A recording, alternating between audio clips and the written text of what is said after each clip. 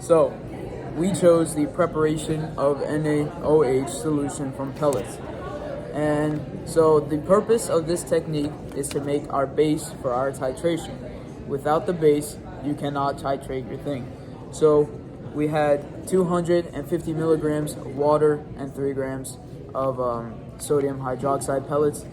You dissolve that, and then you have your base. Alright, so some of our terms that we'll be needing to know of this is molarity, concentration, things like that. So basically what we are attempting to do here is to create a solution with a specific molarity, because then that solution will have a specific pH. And so what we're trying to do is we're trying to figure out the correct ratio of water to our the correct amount of water to our sodium hydroxide itself, so that it'll give us the right pH we want. And so we want our pH to be really high, which is the amount of hydrogen ions, because then when we titrate it, so when we combine it into our lemon solution at the end, in order to figure out its max titration point, then it'll give us correct and accurate results. Alright, so next we're going to show a visual demonstration of how this is actually performed. Okay, so this is our NaOH solution, which in turn is going to be our base. So we have 250 milliliters of water, and then we have our sodium hydroxide. So we're going to measure out 3 grams of sodium hydroxide, set that to 0.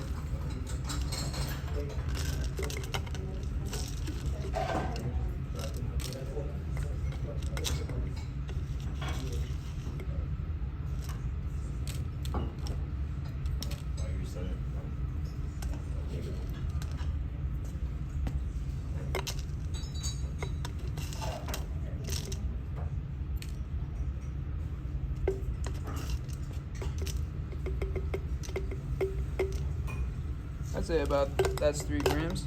And then you take the sodium hydroxide, put it in the 250 milliliters of water, and then shake it up a little bit, wait for it to dissolve, and that's your base. Okay, so for the relevant data and measurements collected from the preparation of NaOH solution, so we use measurements of grams, we use molarity and calculating of concentration to find out how many milliliters and how many grams of sodium hydroxide. So in the end, we came up with using 250 milliliters of water and 3 grams of sodium hydroxide. And those are the relevant measurements and data. Yes, and we are going to be using all this relevant data because now we have our specified solution. So if we ever run out of our sodium hydroxide solution, we can always make more. And then as we're using this exact concentration for when we titrate with our lemon juice, which should hopefully show us its titration point and like basically show how much citric acid is in there, because when you add the sodium hydroxide into the citric acid with an indicator, the indicator will change when the max amount of it's the max titration is occurring. So I guess we're going to use it to figure out our concentration of citric acid. Great. Alrighty.